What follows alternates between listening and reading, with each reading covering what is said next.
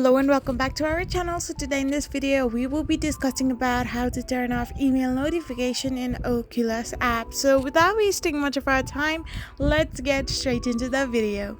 So to turn off any email notification in Oculus, all you need to do is simply tap the app itself. So once you open the app, you will end up in this interface where all you need to do is simply tap on the menu option. Once you tap on the menu option, you need to now tap on the settings option, which will then redirect you to this page. So from this page, simply tap on the email preferences.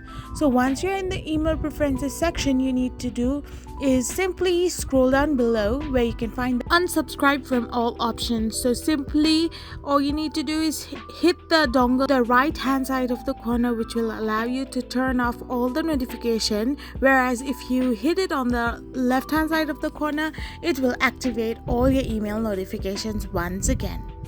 I hope you found this video helpful, so don't forget to hit that subscribe button and to give us a thumbs up.